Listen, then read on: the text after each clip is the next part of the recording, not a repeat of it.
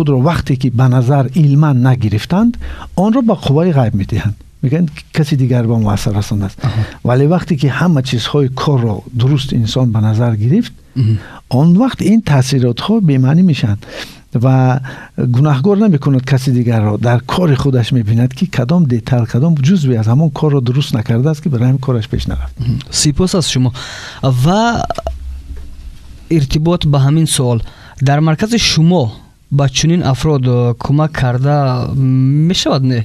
مثلا حالا اگرچه شما گفتید که 70 یا 80% چنین مفکوره ها همگی از باورهای آنهاست، اما رفت همون 20% اگر در واقع با چنین سحر و جادو اگر مبتلا یا گرفتار شده باشند، در مرکز شما به این نفران کمک کرده می شود نه؟ البته کمک کرده می شود. همه وقت کارهایی است که ما هر روز ما با آدمان کمک میکنیم در این مسئله ها. مثلا پیش ما کسانی میبینن که عموما در هیچ جا کمک ندیدن و ما بسیار کم از آدمی که به واسطه پیش ما بیاید. یعنی که ولی اگر سر وقت حالت های روانی که آنها یا که بیماری های آنها میشن سر وقت می اومدن با ما کارمون آسان میشد. پیش از آن که پیش ما بیاند اول خیلی زینه های گوناگون طبابتی، خلقی و طبی و دکتری بسیار چیزا میگذارند. برای همین هست در همه وقت کمک رسانده میشه، چون که یک اون چیزی نیست که مقابل خود را نداشته باشد. حتی که قوه‌های سخت‌ترین حالت‌هایی که مثلا در تاثیرات‌های گویم که انرژتیکی و تاثیرات‌های دیگری که آن را مگیا و انستیتوت‌های گوناگونی که در خارجه ها هستند و پاراپسیکولوژی و انستیتوت‌های پارانورمال یولین و انستیتوت یوگا در هندوستان است و عموما این چیزهایی که دولت‌های بزرگ در سطح بلند این را می‌آموزند و ما هم البته با ارتباط با حکومت خود در این مسئله ها البته بعضی مسائل رو می‌بینیم که خلق خود رو از همین اطلاعات‌های نادرست و تاثیررسان و ضرررسان چطور حفظ کنیم. این یک برنامه مخصوصی است، ولی به هر حال در همه حالت به آدمان کمک کردن می‌شود. خب تشکر از شما. بینندگان و شنوندگان عزیز، برنامه گفتگوی ویژه روی موج صدای اسیو به طور مستقیم همین لحظه ها ادامه دارد و شما نیز اگر سوال دارید میتوانید که سوال های خویش را از دو وسیله بفرستید: 93 404 41 84 و رقم های وایبر، ایمو و واتساپ 939 59 03 25. مهمانی برنامه را اینجا در مهمانی برنامه حضور دارند دکتر محمود کبیرزاده، متخصص طب شرق.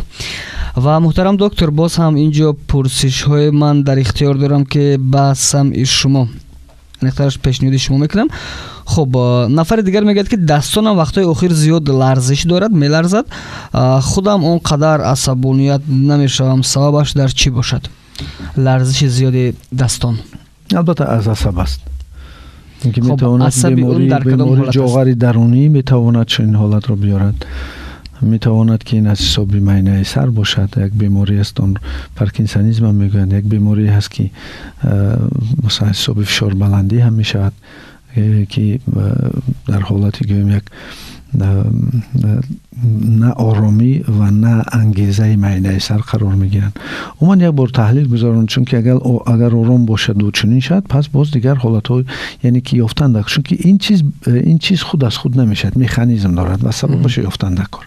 این حالتی جدی است یا چی؟ نسبتاً جدی است. خب باز هم اینجا من با پرسش دیگر که در اختیار دارم، عصب‌هایم اذیتم نمی‌کند، اما گاه هنگام سخن‌های ناخوش آیندم حتی با پدر و مادرم. خب انترش این گونه است، کمی متن غلط اومده. عصب‌هایم گفته است اذیتم نمی‌کند، اما بعضی حالت‌ها میشد که حتی با پدر و مادرم سخن‌های ناخوش آیند میگویم یا حتی با طفلان میگوید، یعنی که از کنترل بیرون میشوم. این یکی از زینه‌های خرابشوی عصب است. اول ماهینه چنین میشد که خرابشوی چنین ظهور میکند که در عصب ناراحت است، انگیزه هست، تیز عصبی میشد و دویم زینه‌اش در زبانش در زنها دعای بد و در مردها حقارت پیدا میشد. این هم یک زینه هست که یکی از ما میتوانیم حدیث های رسول خدا را به یاد بیاریم که میگوید که کسی زبانش را اصلاح نکرده از رحمت خدا بی نصیب است. یعنی که زبان را البته باید اصلاح کرد و این سانیتر به هرچند که چیزی جبران کننده باشد که وقتی انسان میگوید حقارت میگوید یگون گپی گنده میگوید سبک کم میشود، ولی این اطرافیان رو زخمی روانی میدهد. اطرافیان رو مثلا فرزندان رو انگیزه دار میکند، دویم دلی نزدیکانش رو خفه میکند، همکارانش رو، و این سبب انگیزه ناراحتی آنها هست که به طرف او میآید. و برای همین سری وقت است که کودکس که مناسبت رو رعایت کند و مسئله های باز یادآور میشن که اینجا باز پدر و مادر هست، چون که پدر و مادر رو حتی فرمان خدا هست که حتی اوف نگوید. بله. این نه تنها مسئله های فرهنگی معنوی بلکه مسئله های اجتماعی دارد، بر خودش رو نمی بخشد انسان وقتی که چنین رفتار میکند. و خوب میشد که در این حالت یعنی که عصبهای خود را آرام کند و متخصص مراجعت کند، چون که سیوم زینه‌اش این دردهای گوناگون در بدن او پیدا شدن است. و چهارم این دردها اول عیان نیستند، آنها در عصبی و ظهور می خوابش ویران میشد و همینطور استرس کارهایش مشکل میکند. خوب است که سری وقت این راه گیرد، چون که این یکی از زینه ها هست. یعنی نفرانی که در چنین وضعیت ها از کنترل بیرون میشوند حتمی است که باید به متخصص مراجعت بکنند. در زینه های بعدی گفتید خطر بالاتر اونها رو انتظار است، میگونم. البته این یکی از اینها است، باید احتیاط کنند. خب تشکر میکنیم از شما. و سوال دیگر است که میگوید تقریبا فرزندم 3 سال هست، کمی از موضوع شاید دورتر هست، کمی تقریبا فرزندم میگوید 3 سال است و خیلی هم کوشش میکنم برای تربیه خوب گرفتنش، ولی متاسفانه دروغ زیاد میگوید.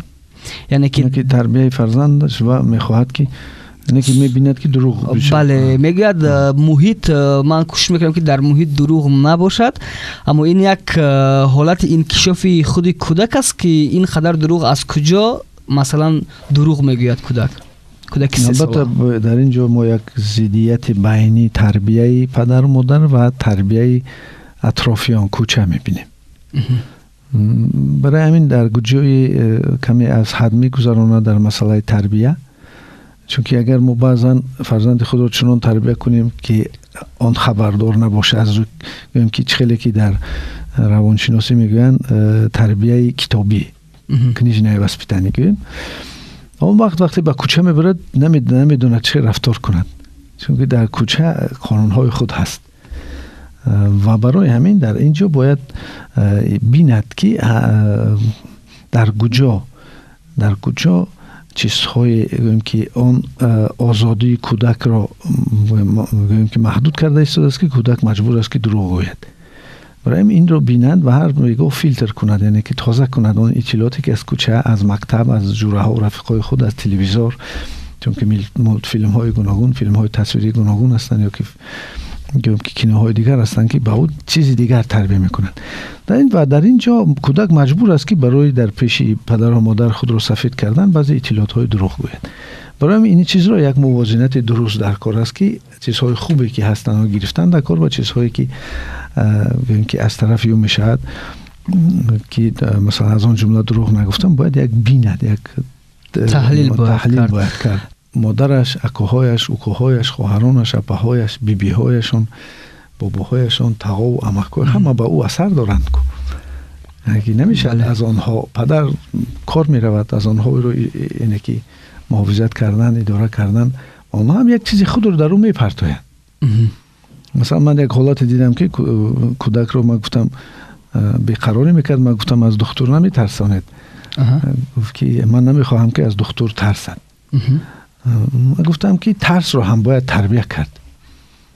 یعنی که کودک رو میترسانی، از دکتر رو کال میکند، گفته ثانی کار نمیکند، ولی کلان میشد این دروغ، یعنی که ترس او گم میشد در او ابدی نه، چون که میبیند که دکتر به منشأت او است. یک چیزهای موردی هستند، تربیه های موردی هستند که آنها رو باید کرد. و این گونه ترس ها ضرر ندارد، چون که ما باید ترس رو هم تربیت کنیم که از کودک از چی کدام حالت چیکار کند. نوابسته از ما در حالت های گوناگونی ترس میزند کو. یعنی که اون خودش کلان میشه، مکتب میرود، حالت های گوناگونی پیدا میشند که یعنی که از ترس که ام باشد، ام یعنی واکسیناسیون داشته باشد، از اون چیزهای دیگر نمیترسد. خب تشکر میکنیم از شما و شنوندگان عزیز، اینچنین بینندگان گرامی، همین لحظه ها برنامه گفتگوی ویژه روی موج صدای آسیا ادامه دارد. اینچنین این برنامه چون گفتیم ثبت تلویزیونی هم دارد. روزهای جمعه ساعت 20 از طریق تلویزیونی ریگر میتوانید که این برنامه رو شکل تلویزیونیش رو نیز تماشا بکنید. و این برآمدهای ما هم یکی از تقریبات های که طرز حیات سالم است و مردم رو از اطلاعات های نوی طبی خبردار کردن است و معرفت طبی مردم رو بلند برداشتن است و کمتر مردم مناسبت کنن، مراجعت کنن به طب های خرافاتی و بیشتر میل علم داشته باشن. برای همین به اون مرکزی طرز حیات سالمی، شعبه طرز حیات سالمی که بیمارخانه خریه بالای شهر ترسونزاد میتوانند مراجعت کنند. در اونجا نامنویس میشن و روزهای معینی ما آنها رو قبول میکنیم. اونجا ایستاده هست کسی که آنها رو نامنویس میکند و ما ساعتی معینی با اون کسانی که خواهش میلی آن دارند که با سوالهای خود، به حالتهای خود جواب عمیق بگیرن، علما اساسناک بگیرن و نگویند که طب تاجیک پوره نیست. طب تاجیک پوره هست، هم سمت سوماتیکی یعنی بدنی و هم سمت روانی ما میتونیم کمک رسانیم. خب معلومات علاوه از طریق فیسبوک از کدام صفحه میتونن که با تلفن 906 531 با ایمو، واتساپ و وایبریمو سوال ها نویسند و در فیسبوک میتوانند محمود شیخ کبیروف نام یک صحیفه هست، میتونن با اون مراجعت کنند و سوال های خود رو پیشنهاد کنند. فکر میکنم زمان چنین آمده است که شرط نیست که حالا با دکتر بیوسته روبرو شد. حالا تجد است که ما طبی فاصلوی رو هم در تاجیکستان، مخصوص ما کار علمی در این ساحه مقاله علمی نوشتیم که طبی فاصلوی، طبی اطلاعاتی و طبی که با واسطه یکم بار ما سال 2010 با واسطه رادیوی تاجیکستان به فضای جهان این طب رو پیشنهاد کردیم و یک شکل نوی طبابت رادیوتراپی رو پیشنهاد کردیم و حالا هم رادیو و هم تلویزیون یک چیزی نوی است که البته نوآوری هست که ما باز پیشنهاد میکنیم و این البته نتیجه های خود رو میده، چون که مردم زیادی به این نیاز دارند و ما در این سمت میتوانیم کمک خوب رسانیم و منفعت زیادی رسانیم، چون که در این گویم که منطقه دو خلق خیلی بزرگ تاجیک و ازبک زندگی میکنند و آنها سالهای زیادی همسایگی داشتند و امروز ما رشد و نموی اون دوستی را میبینیم و این سبب اون میشود که ما نه تنها در اینجا بلکه در عرصه جهانی هم وقتی که اطلاعات قوی داشته باشیم و سلامتی خوب و اندیشرانی نغز و معنویات بلند در سطح جهانی هم سبب رشد و نموی باز همون آبرو و مرتبه و نگهداری همون فضیلت های ملتی این دو خلق بزرگ میشد. خب از شما تشکر میکنیم شنوندگان و بینندگان عزیز. نهایت ما به فرجام برنامه میرسیم. خاطر رسانی میشم که برنامه گفتگوی ویژه هر هفته روز چهارشنبه ساعت 14:30 آغاز میگردد از طریق رادیوی صدای آسیا. همزمان ثبت تلویزیونی دارد این برنامه و روز شنبه ساعت 18 به شکل تکراری از رادیوی صدای آسیا به شکل تکراری پخش میشود و روز جمعه ساعت 20 از تلویزیونی ریگر پخش می شود. مهمونی این برنامه را دکتر محمود کبیرزاده متخصص طب شرق و میزبان برنامه بنده امیرزاده سید اکبر می باشم. تا هفته جدید در موضوع باز هم نو شما را به خداوند پاک و بنیاز می سپاریم.